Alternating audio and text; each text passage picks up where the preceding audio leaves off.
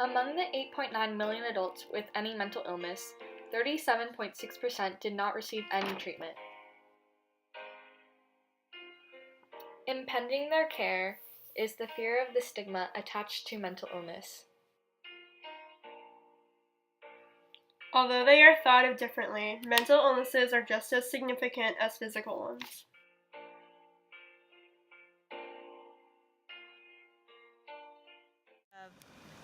I'd be sad, very sad.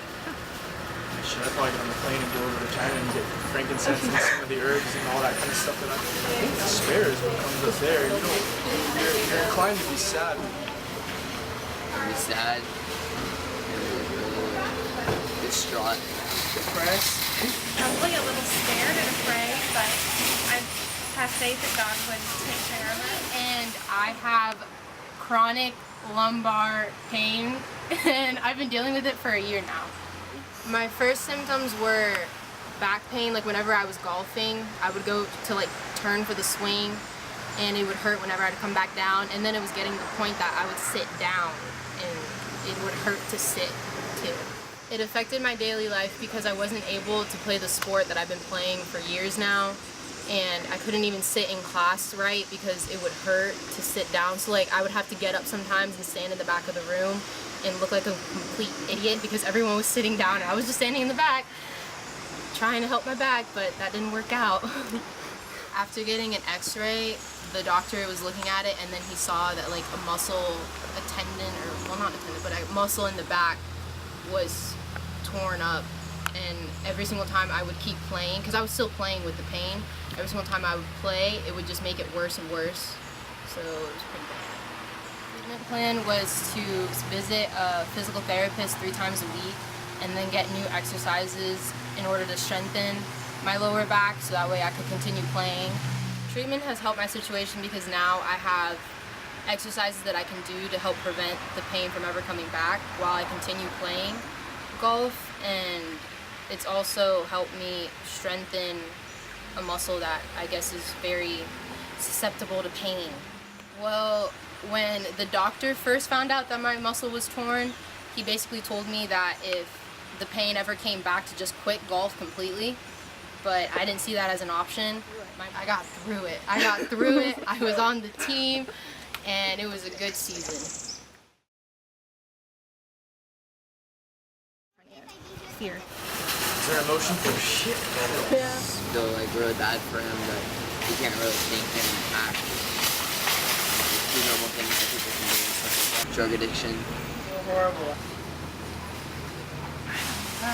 Okay, hi, my name's Greer, and I've been diagnosed with depression for the past 2 years. First symptoms I noticed was I liked to sleep a lot. I never got out of bed. I would just sleep constantly, and I just felt no motivation to get out of bed and to go hang out with my friends. I just laid in bed all day and I slept as much as I could. What caused me to visit a doctor was my thoughts weren't, I didn't have good thoughts. I just kept wanting to just go away and not come back, and I kind of wanted to die. I felt the need to just go to bed and never wake up, and I just didn't want to be here anymore. The symptoms my doctor used to diagnose me was excessive sleeping. I wouldn't eat anything. I lost interest in everything that I liked. I used to watch baseball and I used to read so much, and I just stopped doing it. And I just didn't want to do anything, and I laid in my bed, and I had lots of suicidal thoughts, and I kept getting these intense headaches, and my headaches wouldn't go away, and I just kept getting pains all over my body. My initial treatment plan was medication.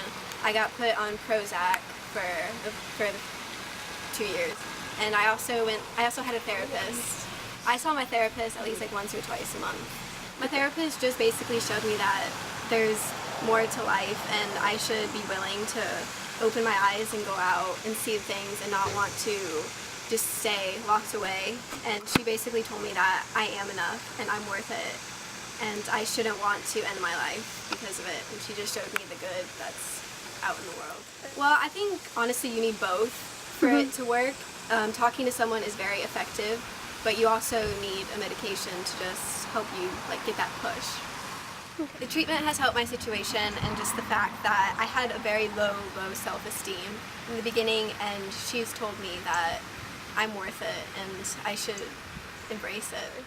Depression affected my daily life by I never went out, I never hung out with my friends, I was just sad all the time, and I was really lethargic, and I just wouldn't get out, and I lost a lot of weight because I wasn't eating as much as I should have been. The main event that caused me to be stigmatized with depression is my dad never really had any accepting words towards me. My dad was always very negative around me and my brother. We were never really encouraged by my dad, and everything, he called us lots of names, and he just wasn't accepting, and it caused my self-esteem to be really, really low, and that caused me to have a negative aspect on myself. You have to be able to believe in yourself, and that was really a hard part through it all. Just believing in myself. As you can see, while mental and physical illnesses are different, they are equally significant. Both diseases can take over daily lives and bring great distress to people. Mental illnesses are real and should be dealt with without uncomfortableness or embarrassment. Encourage people to seek treatment. End the stigma.